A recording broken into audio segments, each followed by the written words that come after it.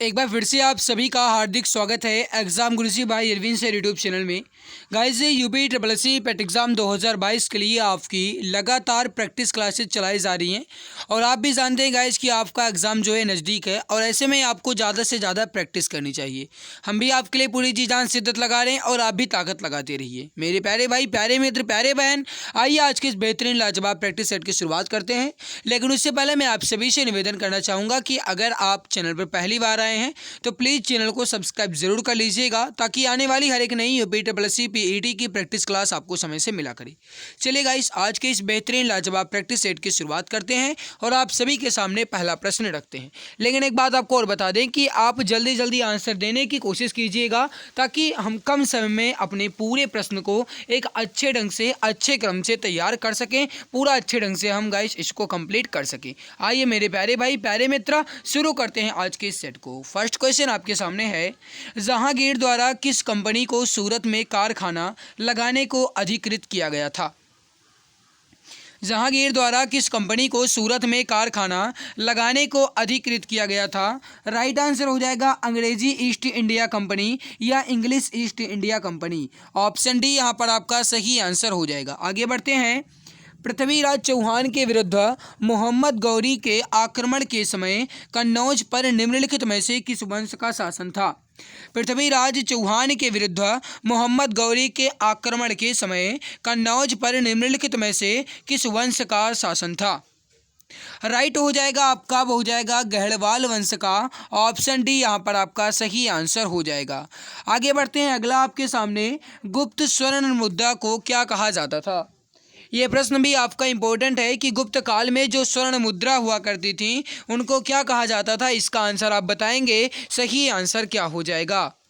याद रखिएगा, उन्हें दिनार कहा जाता था। ऑप्शन बी यहाँ पर आपका सही आंसर हो जाएगा।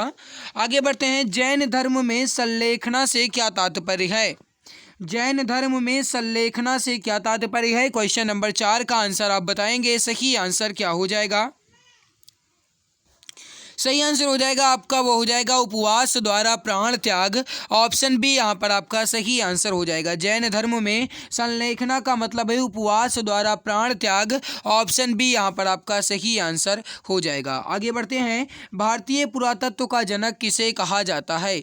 यह प्रश्न आपकी परीक्षा की दृष्टि से इम्पोर्टेंट है, फटाफट आंसर दीजिए। भारतीय पुरातत्व का जनक किसे कहा जाता है? और हाँ, एक बात आपको और बता दें गाइस कि इसके पहले के सारे प्रैक्टिस क्लास को देखने के लिए आप चैनल की प्लेलिस्ट में जाइए। UP triple C PET exam 2022 practice set के नाम से प्लेलिस्ट बनी हुई है। जाकर के आप प्लेलिस्ट के माध्यम से हर एक क्लास को क्रम के अनुसार अच्छे ढंग से याद कर सकते हैं। ठीक है, तो मेरे प्यारे भाई आप प्लेलिस्ट में जाइएगा, वहां पर आपको मिल जाएगी। लगभग 57-58 वीडियो अपलोड हो चुकी हैं। तो 57-58 अगर आप गाइज प्रैक्टिस कर लेते हो, जितनी वीडियो अपलोड है हर एक क्वेश्चन को आप कंप्लीट कर लेते हो, तो गाइज जीके आपका पूर्ण रूप से कंप्लीट हो जाएगा। ये मेरा आपसे 100% गारंटी है। ये गारंटी है मेरा गाइज कि अगर आप पूरी क्लास को देख लेते हो, जितनी आपकी जीके की क्लासेस हुई है सारी क्लासेस देख लेते हो, तो गाइज पक्का है 100 में 100 आपका गाइज मैं परसेंटेज बता रहा हूँ, पक्का है आपका 50 क्वेश्चन जीके का आएगा। 50 के 50 क्वेश्चन आपका पक्का है, समझ लो। बस कब? जब आप पूरा क्लास अच्छे ढंग से देख लोगे तब। ठीक है, अब मैं ये नहीं कहता कि आप बिल्कुल गाइस नॉर्मल ही देखो, स्पीड दोगुनी करके आप क्वेश्चंस को पढ़िए, कोई बात नहीं, लेकिन आप गाइस पूरी क्लास देख लेना। ठीक है, देखो भारतीय पुरातत्व का जनक जो है यह किसे कहा जाता है? किसे कहा जाता है मेरे प्यारे भैया? बहुत बढ़िया, किसे? अलेक्जेंडर कनिंघम को। राइट यहाँ पर क्या हो जाएगा आपका? Option number A. आगे बढ़ते हैं। 1833 के चार्टर एक्ट के कुछ प्रावधान थे, नीचे दिए गए कूट के आधार पर सही उत्तर चुनिए। और गाइज यहाँ पर चारों ऑप्शन को देखने के बाद तो मेरे प्यारे भाई यहाँ पर आप समझने की कोशिश कीजिएगा। आपके सामने गाइज जो क्वेश्चंस दिया गया उसको देखिए। 1833 के चार्टर एक्ट के कुछ प्रावधान थे, नीचे दिए गए कूट के आधार पर सही उत्तर का चयन करना है। एक बार गाइज आपको मैं बता दूं कि इसके लिए आप 5 से 6 सेकंड का समय लीजिए और जल्दी जल्दी आंसर देने की कोशिश कीजिए। सही आंसर क्या हो जाएगा? और एक बात आपको और बता दें कि ये गाइज जो क्वेश्चन है आपका इंपॉर्टेंट बहुत है। देखो पहला ऑप्शन देखो, इसने कंपनी के व्यापारिक एकाधिकार को समाप्त कर दिया। बहुत बढ़िया। 1833 का चार्टर जो था गाइस, इन्होंने कंपनी के व्यापारिक जो अधिकार थे, एकाधिकार था, उसको समाप्त कर दिया था। बहुत बढ़िया। इसने गवर्नर जनरल की परिषद में एक विधि सदस्य भी सम्मिलित किया। बहुत बढ़िया, ये भी आपका सही है। इसने प्रेसिडेंसियों के कानून बनाने के अधिकार को वापस भी ले लिया था। बहुत बढ़िया। इसने फोर्ट विलियम के गवर्नर जनरल का नाम बदलकर भारत का गवर्नर जनरल कर दिया। ये क्या सही है? ये भी आपका सही है। तो मतलब यहाँ पर आपका गाइज जो फर्स्ट है, सेकंड है, थर्ड है और गाइज जो आपका फोर्थ है, ये गाइज 1 2 3 4 आपका 4 के चारों सही है। यानी कि यहाँ पर आपका ऑप्शन नंबर डी उपरयुक्त सभी आपका सही आंसर हो जाएगा। आगे बढ़ते हैं गाइज, अगला क्वेश्चन आपके सामने। क्वेश्चन क्या है?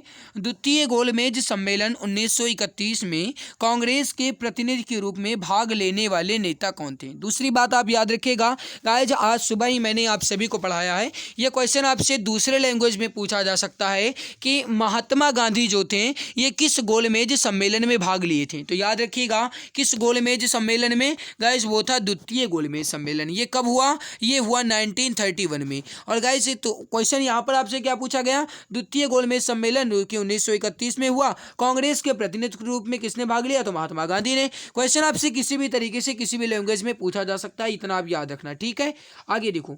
अखिल भारतीय राजनीति में गांधी का पहला साहसिक कदम था। अखिल भारतीय राजनीति में गांधी का पहला साहसिक कदम जो था ये कौन सा था? बहुत ही गजब का क्वेश्चन है। बताइए इसका राइट आंसर क्या हो जाएगा? Question number 8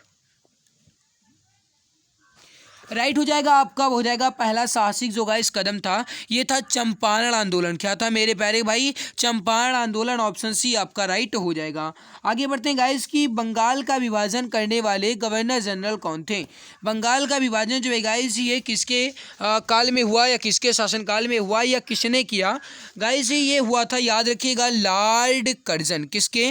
Lord Curzon. तो जो भी हमारे प्यारे भाई बहन ऑप्शन ए बता रहे हैं कर्जन, बिल्कुल सही, बिल्कुल परफेक्ट आंसर आपका हो जाएगा। My dear friends, next question है 1857 में किसने इलाहाबाद को आपातकालीन मुख्यालय बनाया था? 1857 में किसने इलाहाबाद को आपातकालीन मुख्यालय बनाया था? राइट हो जाएगा आपका, वो हो जाएगा लॉर्ड कैनिंग ने। करेक्ट हो जाएगा ऑप्शन ए। आगे बढ़ते हैं, उच्चतम लवणता पाई जाती है। उच्चतम लवणता जो है यह किसमें पाई जाती है? इसका आंसर आप बताएंगे। राइट आंसर क्या हो जाएगा? क्वेश्चन नंबर 11 देखो, उच्चतम लवणता या फिर कहा जाए मेरे प्यारे भाई कि जो सबसे अधिक खारे है वह किस में पाई जाएगी? वान झील, जो कि तुर्की में है। तुर्की या टर्की बातें की है, तो वान झील टर्की में। ऑप्शन नंबर डी आपका राइट आंसर हो जाएगा। अगला है, निम्नलिखित में से कौन सा कथन सही नहीं है? निम्नलिखित में से कौन सा कथन सही नहीं है? क्वेश्चन नंबर 12 समझिएगा मेरे प्यारे भाई थोड़ा सा। जलवाष्प नीचे वायुमंडल की अति परवर्ती गैस है। बहुत बढ़िया। अधिकतम तापमान की मेखला विषुवत रेखा के सहारे पाई जाती है। ऐसी बात तो बिल्कुल भी नहीं है, यही आपका सही नहीं है। ऑप्शन बी आपका राइट आंसर हो जाएगा। आगे बढ़ते हैं, अगला क्वेश्चन आपके सामने है। क्या है कि लवणीय जल में उगने वाले पौधे क्या कहलाते हैं? लवणीय जल में उगने वाले पौधे जो हैं ये क्या कहलाते हैं? इसका आंसर आप बताएंगे मेरे प्यारे भाई। क्या कहलाते हैं? उन्हें हम हाइलोफाइट्स कहते हैं। क्या कहते हैं? हाइलोफाइट्स। राइट यहाँ पर क्या हो जाएगा आपका? Option C. आगे, सूची फर्स्ट को सूची सेकंड से सुमेलित कीजिए। सूचियों के नीचे दिए गए कूट से सही उत्तर चुनिए। मेरे प्यारे भाई यहाँ पर आपके सामने राज्य दिए गए हैं, यहाँ पर उनसे संबंधित गाइस आपका दिया गया है। मिलान करके आपको सही आंसर बताना है। और यहाँ पर आपके सामने ये कूट भाषा दी गई है। देखो यहाँ पर आप देखो मेरे प्यारे भाई, जो दिल्ली है इसमें गाइस आपका हो जाएगा अर्ध शुष्क। ठीक है, मुंबई हो जाएगा आपका मुंबई आपका हो जाएगा गाइस, वो हो जाएगा, एक मिनट, मुंबई हो जाएगा आपका उष्ण आर्द्र, और आपका जोधपुर हो जाएगा शुष्क, शिलांग हो जाएगा आर्द्र। तो क्या हो जाएगा मेरे प्यारे भाई? 2 3 1 4, यानी ऑप्शन सी आपका राइट हो जाएगा। आगे, 2011 की जनगणना के अनुसार अंतिम आंकड़ों के अनुसार भारत का द्वितीय सबसे अधिक जनसंख्या वाला राज्य। देखो मेरे प्यारे भाई, 2011 की जनगणना के अनुसार और जो अंतिम आंकड़ा है उसके अनुसार भारत का द्वितीय सबसे अधिक जनसंख्या वाला राज्य। पहला जब पूछा जाएगा तब आप क्या कहेंगे मेरे प्यारे भाई? क्या कहेंगे?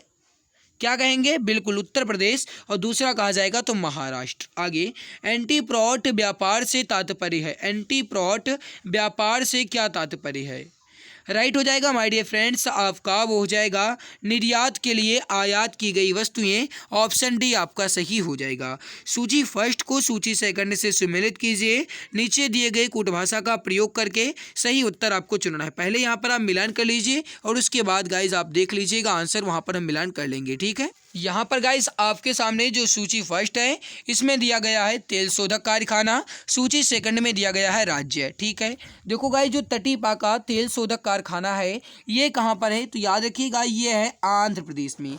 कोयली तेल शोधक कारखाना ये है गुजरात में, और मेरे प्यारे भाई जो नागापट्टिनम तेल शोधक कारखाना है वो है तमिलनाडु में, और जो नुमालीगढ़ है ये है असम में, ठीक है। तो क्या हो जाएगा आपका 3, 1, 2 और 4, 3, 1, 2 और 4 देख लेते हैं यहाँ पर गाइस ऑप्शन में 3, 1, 2, 4 यानी ऑप्शन बी आपका राइट हो जाएगा। आगे बढ़ते हैं, निम्नलिखित में से किस समिति ने भारत में कृषि जोत कर का सुझाव दिया था, निम्नलिखित में से किस समिति ने भारत में कृषि जोत कर का सुझाव दिया, राइट क्या हो जाएगा आपका, बहुत बढ़िया हो जाएगा राज्य समिति ने, ऑप्शन ए आपका बिल्कुल करेक्ट आंसर हो जाएगा। आगे बढ़ते हैं, बैंक दर का आशय क्या है, फटाफट आंसर देंगे, बैंक दर का आशय क्या है, बहुत ही गजब का क्वेश्चन है, सभी मित्र बताएंगे क्वेश्चन नंबर 19 का सही आंसर क्या हो जाएगा। देखो बैंक दर मतलब केंद्रीय बैंक के द्वारा ली जाने वाली आधिकारिक ब्याज दर, बैंक दर का मतलब क्या होता है, सेंट्रल बैंक के द्वारा ली जाने वाली आधिकारिक ब्याज दर, क्या हो जाएगा मेरे प्यारे भाई, ऑप्शन नंबर डी। जो भी प्यारे भाई बहन मित्र यहाँ पर ऑप्शन डी बता रहे हैं बिल्कुल सही हो जाएगा। आगे, अवमूल्यन तब अधिक कारगर होता है जब क्या, ऑप्शन देखो और जल्दी से आंसर दो, अवमूल्यन तब अधिक कारगर होता है जब, बहुत बढ़िया, जब विदेशों में निर्यात मांग की लोच अधिक हो, राइट यहाँ पर क्या हो जाएगा आपका ऑप्शन नंबर ए। आगे बढ़ते हैं, वह न्यूनतम जनसंख्या कितनी है जिसके नीचे यानी 73वें संशोधन अधिनियम के उपबंध के अनुसार मध्यवर्ती स्तरों पर पंचायतें गठित नहीं की जा सकती। देखो गाइज ये प्रैक्टिस सेट जो है आपका, इसमें लैंग्वेज जो है ये गाइज आपको थोड़ी सी टिपिकल दी गई है, तो आप लैंग्वेज को देख करके बिल्कुल भी भ्रमित ना हुआ करें, बिल्कुल आसानी से समझने के बाद आंसर दिया करें, बहुत ही जल्दी आप आंसर दे सकते हैं। वह न्यूनतम जनसंख्या कितनी है जिसके नीचे अधिनियम कौन सा है 73वें, उसके संशोधन के अधिनियम के अनुसार या उपबंध के अनुसार मध्यवर्ती स्तर पर पंचायतें गठित नहीं की जा सकती, वो क्या हो जाएगा मेरे प्यारे भाई 20 लाख। ये मैंने आपको पढ़ाया भी है शायद पहले, तो ऑप्शन बी आपका राइट हो जाएगा। अगला, निम्न में से किस विषय पर राष्ट्रपति के लिए मंत्रिपरिषद से सलाह लेना आवश्यक नहीं है, नहीं है बात कर रहा है, जल्दबाजी नहीं करेंगे, समझने के बाद आंसर देंगे। क्वेश्चन नंबर 22 समझो मेरे प्यारे भाई, देखो राजदूतों की नियुक्ति इस पर राष्ट्रपति के लिए मंत्रिपरिषद से सलाह लेना आवश्यक है। बहुत बढ़िया, गजब का क्वेश्चन है, बहुत बढ़िया है क्वेश्चन और गजब का क्वेश्चन है। फिर देखो, विधेयकों पर स्वीकृति देना कोई आवश्यक नहीं है, इस पर कोई आवश्यक नहीं है, ऑप्शन बी आपका राइट हो जाएगा। नीचे 2 वक्तव्य दिए गए हैं, एक को कथन ए तथा दूसरे को कथन आर यानी कि कारण आर कहा गया है, रीजन। कथन ए में दिया गया है कि भारत में प्रेसिडेंट हैं किंतु प्रेसिडेंसी नहीं है, और उसका कारण आर दिया गया है कि संविधान में एक मंत्रिपरिषद का प्रावधान है।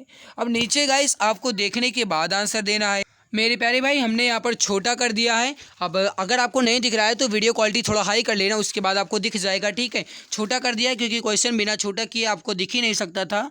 तो यहाँ पर आप बताएंगे गाइस, समझने के बाद आंसर देंगे। देखो यहाँ पर गाइस जो कथन ए है, भारत में प्रेसिडेंट है किंतु प्रेसिडेंसी नहीं, बिल्कुल सही है। फिर देखो गाइस जो कथन आर है कि संविधान में एक मंत्रिपरिषद का भी प्रावधान है, ये भी आपका सही है। लेकिन मेरे प्यारे भाई जो कथन ए है गाइज, इसकी व्याख्या कथन आर जो है ये नहीं कर रहा है ना, इसका कुछ भी रिलेशन इसमें नहीं दिख रहा है। तो क्या हो जाएगा आपका, ए तथा आर दोनों सही हैं किंतु आर जो है या ए की सही व्याख्या नहीं करता है, तो ऑप्शन बी यहाँ पर आपका राइट आंसर हो जाएगा। आगे बढ़ते हैं गाइस, अगला क्वेश्चन आपके सामने है, इसको आप देखिए। क्वेश्चन क्या है कि निम्नलिखित में से कौन भारत के संविधान द्वारा प्रदत्त 6 मूल अधिकारों में से नहीं है। भारत के संविधान द्वारा प्रदत्त 6 मूल अधिकारों में से कौन सा नहीं है?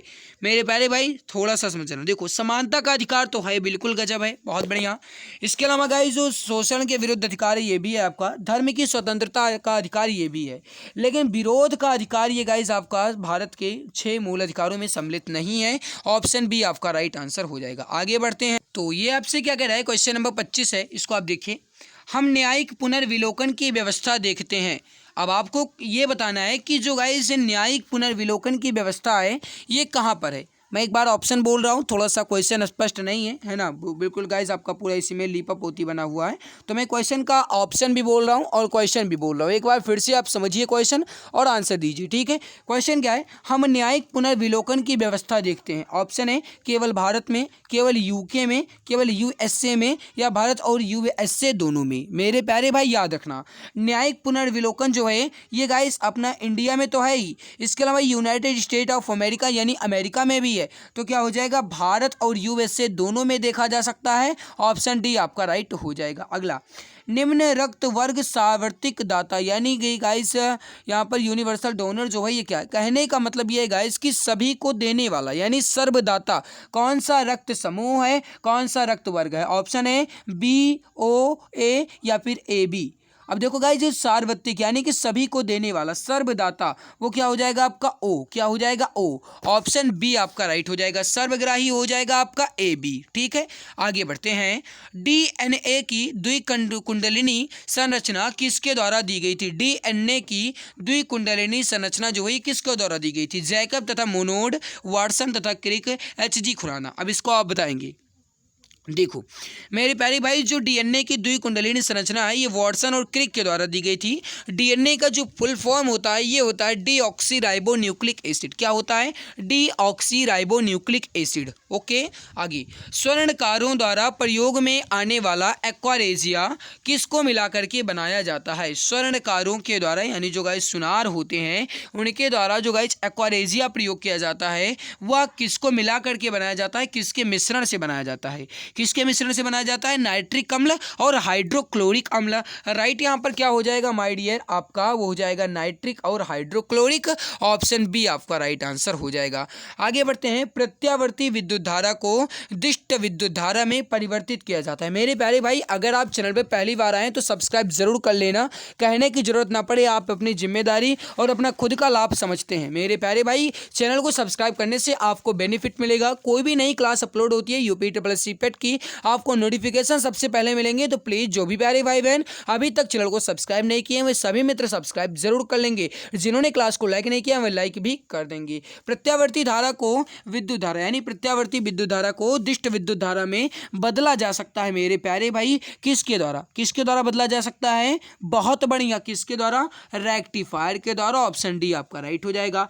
अगला है गाइस की पाइरहीलियोमीटर का प्रयोग जो है ये किसे मापने के लिए किया जाता है। पाइरहीलियोमीटर का प्रयोग किसे मापने के लिए किया जाता है। राइट हो जाएगा माय डियर, सोलर रेडिएशन को। ऑप्शन बी आपका सही आंसर हो जाएगा। अगला आपके सामने है मेरे प्यारे भाई कि तुलसीदास द्वारा रचित रामचरितमानस में कितने कांड हैं। तुलसीदास द्वारा रचित रामचरितमानस में कुल मिलाकर के कितने कांड हैं, इंपॉर्टेंट बहुत है, बताइए। 36 कितने कांड हैं, कुल मिलाकर के 7 कांड हैं। सही हो जाएगा यहाँ पर आपका ऑप्शन नंबर सी।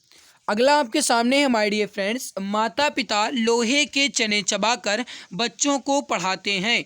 रेखांकित मुहावरे का अर्थ स्पष्ट कीजिए।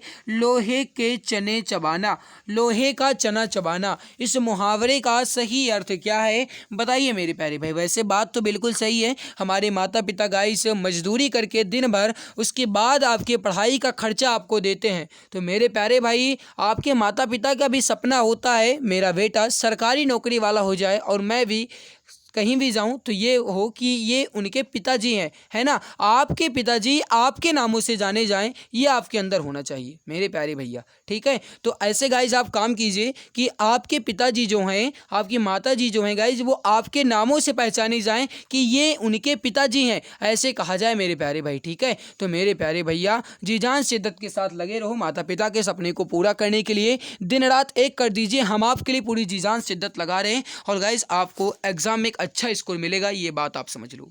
माता पिता लोहे के चने चबा करो, लोहे के चने चबाना, इस मुहावरे का अर्थ क्या है मेरे प्यारे भाई, क्या है? बहुत बढ़िया, बहुत ही कठिनाई झेलना। ऑप्शन ए आपका राइट हो जाएगा। निम्नलिखित वाक्यों में से शुद्ध वाक्य को पहचानिए। राधा घर नहीं है, राधा घर नहीं है, ये क्या सही है? बिल्कुल, राधा घर में नहीं है, ऐसा होना चाहिए था। राम पाठशाला में बैठा, ये भी आपका गलत है। आप अवश्य सुने होंगे, आप अवश्य सुने होंगे, आप अवश्य सुने होंगे, ये भी आपका गलत है। मैंने एक नाटक का अनुवाद किया, बिल्कुल मैंने एक नाटक का अनुवाद किया, बिल्कुल सही है, ऑप्शन डी। अन्य और अन्य शब्द युग्म के सही अर्थभेद का चयन कीजिए। इस अन्य और इस अन्य का मतलब क्या? अन्य, इस अन्य का मतलब होता है मेरे प्यारे भाई, क्या होता है? अनाज। इसका मतलब क्या होता है? आपका अनाज, ठीक है। और इस अन्य का मतलब होता है आपका दूसरा, यानी कोई अन्य व्यक्ति। तो यहाँ पर आपका गाइस ये हो जाएगा अन्य, हो जाएगा अनाज, ये हो जाएगा आपका दूसरा, ऑप्शन ए राइट हो जाएगा। निम्नलिखित में से कौन सा शब्द सरस्वती का पर्यायवाची नहीं है? सरस्वती माँ का पर्यायवाची कौन सा नहीं है? इंपॉर्टेंट है, बताइए। 30 नंबर क्वेश्चन, 30 नहीं 40 नंबर। देखो गाइज यहाँ पर आप देखो, वागेश्वरी, शारदा, वाणी। वागेश्वरी, शारदा और वाणी जो है गाइज ये सरस्वती माता के पर्यायवाची हैं। सुधी जो है गाइज ये सरस्वती माता का पर्यायवाची नहीं है, ऑप्शन सी आपका राइट आंसर हो जाएगा। अगला देखो आपसे क्या कह रहा है, हिंदी नाटक अंधेर नगरी के रचयिता कौन है? यानी कि अंधेर नगरी जो नाटक है इसके रचयिता कौन है? फटाफट आंसर देंगे, इसका राइट आंसर क्या हो जाएगा? बहुत ही इंपॉर्टेंट क्वेश्चन है, गजब का क्वेश्चन है, एग्जाम में टपक सकता है। देखो गाइस, जो अंधेर नगरी है इस नाटक के रचयिता है भारतेंदु हरिश्चंद्र। कौन है? भारतेंदु हरिश्चंद्र है, ऑप्शन बी आपका राइट हो जाएगा। नेक्स्ट है मधुबनी कला जो है ये कहाँ प्रसिद्ध है? बहुत ही गजब का क्वेश्चन है। और अगर आप सभी का गाइस ये रिस्पॉन्स आया, या अगर आप सभी लोगों ने कहा कि गाइस जो जनरल अवेयरनेस है, यानी जो आप इस समय अभी पढ़ रहे हैं, तो गाइस जो जनरल अवेयरनेस सही है मैं एक क्लास में कंप्लीट करवा दूं, तो गाइस मैं जरूर कंप्लीट करवाऊंगा अगर आप सभी कहेंगे तो, ठीक है। तो कमेंट में जरूर बताना कि आपको जनरल अवेयरनेस की मैराथन क्लास चाहिए या नहीं। मधुबनी कला, मधुबनी कला कहाँ है मेरे प्यारे भैया? मिथिला में है, ऑप्शन बी आपका राइट आंसर हो जाएगा। अगला आपके सामने, निम्नलिखित में से क्या एक ग्रीन हाउस गैस नहीं है? ग्रीन हाउस गैस नहीं है आपसे पूछ रहा है, जल्दबाजी नहीं करेंगे। देखो यहाँ पर नहीं है बात कर रहा है ना, थोड़ा सा दिमाग लगाना मेरे प्यारे भाई। ग्रीन हाउस गैस देखो, जलवाष्प, नाइट्रस ऑक्साइड, ओजोन। जलवाष्प, नाइट्रस ऑक्साइड, नाइट्रस ऑक्साइड वही गैस जो हंसाने वाली गैस होती है, कोई व्यक्ति सूंघ लेगा तो हंसता ही रहेगा, ये नाइट्रस ऑक्साइड और ओजोन, ये जो है ग्रीन हाउस गैस है। लेकिन कार्बन मोनोऑक्साइड जो है मेरे प्यारे भाई ये ग्रीन हाउस गैस नहीं है, याद रखना। राइट क्या हो जाएगा आपका? Option D. अगला कि सबसे पहले पारिस्थितिक तंत्र, पारिस्थितिक तंत्र शब्द का प्रयोग जो है या किसके द्वारा किया गया था? बहुत ही गजब का क्वेश्चन है, बताइए फटाफट आंसर दीजिए। बिल्कुल मेरे प्यारे भाई, किसके द्वारा किया गया था? ए.जी. टोंसले के द्वारा। किसके द्वारा? ए.जी. टोंसले के द्वारा, ए आंसर राइट हो जाएगा। नेपाली भाषा मुख्य रूप से किस राज्य में बोली जाती है? नेपाली भाषा जो है या मुख्य रूप से किस राज्य में बोली जाती है? बहुत बढ़िया, किस राज्य में बोली जाती है? सिक्किम में बोली जाती है, ऑप्शन सी आपका राइट आंसर हो जाएगा। अगला क्वेश्चन आपके सामने है, निम्नलिखित में से सबसे अधिक सीमाओं पर जो गाइस देश है वह कौन सा है? सबसे अधिक सीमाओं वाला देश कौन सा है? देखो आप जल्दी जल्दी आंसर देने की कोशिश करो गाइस, मैं सोचता हूँ कि कम से कम आपके पूरे क्वेश्चन कवर हो जाए, इसलिए गाइस मैं थोड़ा तेजी से स्पीड अपनी बढ़ा दिया हूं, ठीक है, एनर्जी थोड़ी ज्यादा कर दिया हूं। बताओ सबसे अधिक सीमा वाला देश आपका हो जाएगा गाइस, वो हो जाएगा चीन, राइट हो जाएगा आपका ऑप्शन ए। मृत्युदंड के मामले में क्षमा देने का अधिकार किसे है? 57। मृत्युदंड के मामले में क्षमा देने का अधिकार किसे है मेरे प्यारे भाई? किसे है? हमारे यहाँ के माननीय महोदय राष्ट्रपति को, राइट, महोदय नहीं महोदया, महोदया राष्ट्रपति को, ऑप्शन बी यहाँ पर आपका राइट आंसर हो जाएगा। जो भी हमारे प्यारे भाई बहन मित्र डियर फ्रेंड्स ऑप्शन बी बता रहे हैं राष्ट्रपति, बिल्कुल सही आंसर हो जाएगा। अगला मथुरा कला जो है, ये मथुरा कला स्कूल जो है ये कब अपने शिखर पर पहुंचा? मथुरा कला स्कूल जो है ये कब अपने शिखर पर पहुंचा? बहुत गजब का क्वेश्चन है, जल्दी से आंसर दीजिए। क्वेश्चन नंबर 58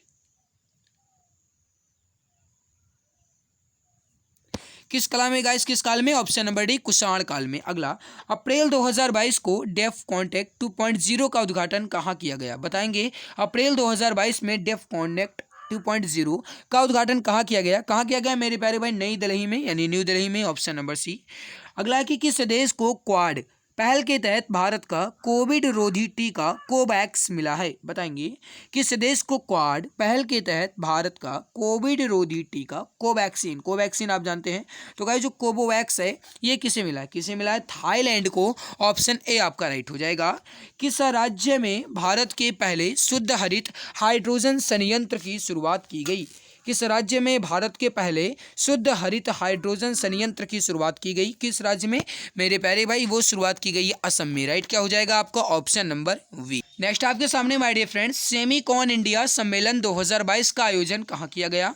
सेमीकॉन इंडिया सम्मेलन 2022 का आयोजन कहाँ किया गया? बहुत बढ़िया, गजब है। राइट हो जाएगा आपका बेंगलुरु में। करेक्ट आंसर हो जाएगा ऑप्शन ए। अगला है कि वैक्यूम आधारित सीवर सिस्टम लगाने वाला देश का पहला शहर कौन बना? वैक्यूम आधारित सीवर सिस्टम लगाने वाला देश का पहला शहर मेरे प्यारे भाई कौन सा है? राइट हो जाएगा आपका आगरा। कौन है? आगरा है। ऑप्शन सी आपका राइट हो जाएगा। देखो बहुत ही लंबा चौड़ा पहाड़ जैसा क्वेश्चन है, बहुत ईजी है, बहुत ईजी है।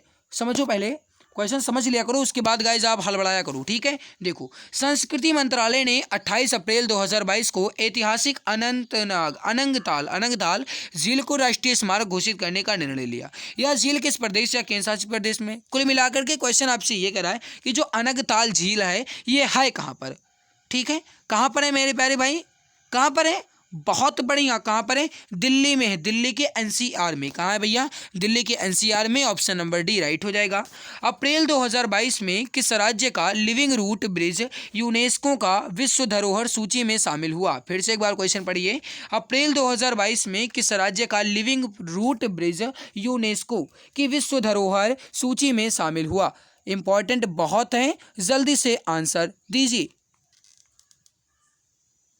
जल्दी जल्दी आंसर देंगे हमारे सभी प्यारे भाई बहन।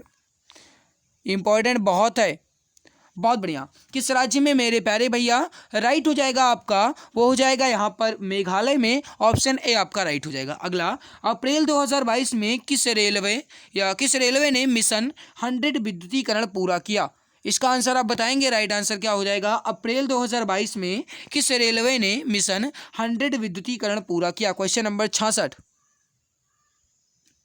बहुत बढ़िया मेरे प्यारे भाई, किसने? राइट हो जाएगा माय डियर फ्रेंड्स प्यारे भाई आपका, वो हो जाएगा कोंकण रेलवे। कौन? कोंकण रेलवे। ऑप्शन बी आपका राइट हो जाएगा। अगला, अप्रैल 2022 में किस संस्था ने फास्टर नामक एक सॉफ्टवेयर लॉन्च किया है? अप्रैल 2022 में किस संस्था ने फास्टर नामक एक सॉफ्टवेयर लॉन्च किया? Question number 67। राइट आंसर हो जाएगा उच्चतम न्यायालय ने। ऑप्शन नंबर बी आपका राइट आंसर हो जाएगा, करेक्ट आंसर आपका हो जाएगा। आगे बढ़ते हैं मेरे प्यारे भाई, अगला क्वेश्चन आपके सामने। अप्रैल 2022 में जारी क्यूएस वर्ल्ड यूनिवर्सिटी रैंकिंग में कौन शीर्ष स्थान पर रहा? वो गाइस आपका हो जाएगा Massachusetts institute of technology. Option A आपका राइट हो जाएगा। अप्रैल 2022 में किस राज्य सरकार ने भ्रष्टाचार से निपटने के लिए 1064 anti corruption mobile app launch किया? अप्रैल 2022 में किस राज्य सरकार ने भ्रष्टाचार से निपटने के लिए 1064 anti corruption mobile app launch किया? राइट हो जाएगा उत्तराखंड ने। ऑप्शन नंबर डी आपका राइट आंसर, करेक्ट आंसर हो जाएगा। नेक्स्ट है आपके सामने, प्राथमिक और उच्च प्राथमिक विद्यालयों में 100% नामांकन सुनिश्चित करने के उद्देश्य से किस राज्य सरकार द्वारा स्कूल चलो अभियान का शुभारंभ किया गया? गाइज स्कूल चलो अभियान का शुभारंभ जो है या किस राज्य सरकार के द्वारा शुरू किया गया, वो हो जाएगा आपका उत्तर प्रदेश। करेक्ट क्या हो जाएगा माय डियर फ्रेंड्स आपका ऑप्शन ए। गाइस प्रश्न का उत्तर दिए गए गद्यांश के आधार पर दीजिए। यहाँ पर आपको मेरे प्यारे भाई गद्यांश पहले पढ़ लेना है और उसके बाद आंसर देना है। आइए फटाफट इसे भी पढ़ लेते हैं और आप भी पढ़िएगा, ठीक है। ऐसा नहीं है कि मैं गाइस पढ़ूँ आप उसे ही सुनो, आप भी पढ़िएगा, ठीक है। पढ़ो। विश्व की कोई भी ऐसी सभ्यता नहीं है जिसने वनों के मूल्य को ना आंका हो। वन्य विभिन्न प्रकार के पशु पक्षियों तथा प्रजातियों के लिए एकमात्र आश्रय स्थल थे और आज भी हैं। वनों के निरंतर कटने से इनके संरक्षण की आवश्यकता पड़ी। आज भी वन संरक्षण की आवश्यकता पहले जैसी ही बनी हुई है। वनों में उगे पेड़ पौधे हमारे ईंधन की समस्या का समाधान करते हैं। इनसे हमें इमारतें, फर्नीचर आदि बनाने के लिए कई प्रकार की लकड़ियां प्राप्त होती ही हैं। साथ में कागज बनाने के लिए एक कच्ची सामग्री भी उपलब्ध होती है, परंतु इन्हें काटने के साथ साथ इनका संरक्षण भी आवश्यक है। पेड़ पौधे वर्षा कराने में सहायक बनकर पर्यावरण की रक्षा करते हैं, वहीं इनमें कार्बन डाइऑक्साइड जैसी विषैली गैस को सोखने की क्षमता भी होती है, जिससे हवा में गैसों का संतुलन बना रहता है। ऐसा करके वे हमारी पृथ्वी को सुरक्षित रखते हैं। पर्यावरण की सुरक्षा के साथ साथ हमारी सिंचाई और पेयजल की समस्या का समाधान भी वनों के संरक्षण से ही संभव हो सकता है।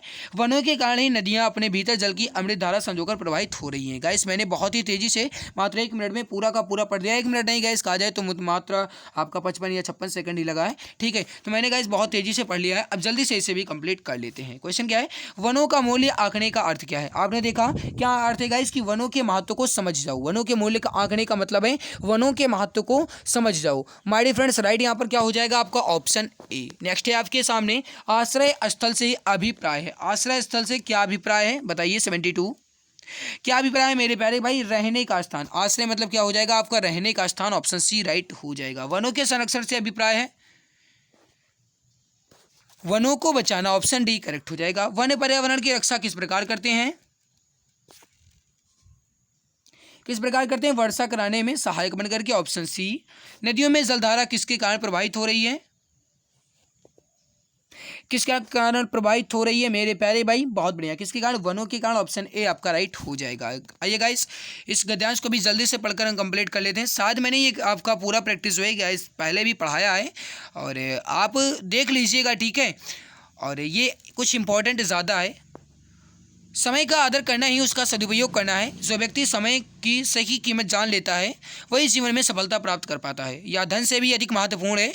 धन खोने पर पुनः पाया जा सकता है, यानी वापस पाया जा सकता है, परंतु बीता हुआ समय नहीं लौटाया जा सकता। छात्रों के जीवन में इसका सबसे अधिक महत्व है। जो छात्र इस उम्र में समय की कदर करना सीख जाते हैं वो भविष्य में तरक्की की ऊंचाइयों को छू लेते हैं। चाणक्य, गांधी जी, अशोक आदि ने समय का सदुपयोग कर अपने पैरों के निशान छोड़ दिए। जीवन का प्रत्येक क्षण भविष्य का निर्माता है। जो लोग इसके महत्व को नहीं समझ पाते वो केवल हाथ मलते रह जाते हैं। हम चाहे विश्राम कर लें परंतु समय कभी विश्राम नहीं करता। समय के प्रति सजगता मानव जीवन के लिए उपयोगी है, अतः छात्रों को समय की कीमत पहचान कर इसका सार्थक उपयोग करना चाहिए। इससे रिलेटेड क्वेश्चन है समय का सदुपयोग, इसका मतलब क्या है। इसका मतलब यह है मेरे प्यारे भाई कि समय को हम व्यर्थ ना करें। राइट क्या हो जाएगा, उसे व्यर्थ ना करें, ऑप्शन बी आपका राइट आंसर हो जाएगा। अगला, छात्रों के लिए समय का सदुपयोग अधिक आवश्यक क्यों बताया गया है, क्योंकि गाइस जो इसकी महत्ता को समझते हैं वही सफल हो जाते हैं। राइट क्या हो जाएगा आपका ऑप्शन नंबर ए। अगला आपके सामने है कि समय धन से भी अधिक महत्वपूर्ण क्यों है। क्यों गाइस, क्योंकि आपने देखा कि जो धन है ये वापस मिल जाता है लेकिन समय वापस नहीं मिलेगा। तो धन वापस मिल जाएगा पर समय वापस नहीं। ये ए एंड बी, इसी में आप कंफ्यूज हो सकते हैं, तो ध्यान दीजिएगा। ए एंड सी में गाइस आपका सी आंसर राइट होगा। क्या होगा, सी आंसर राइट हो जाएगा। नेक्स्ट है आपके सामने, निम्न में से कौन सा विकल्प सजगता का पर्यायवाची नहीं है। ध्यान दीजिएगा, नहीं है बात कर रहा, सजगता का पर्यायवाची नहीं है मेरे प्यारे भाई।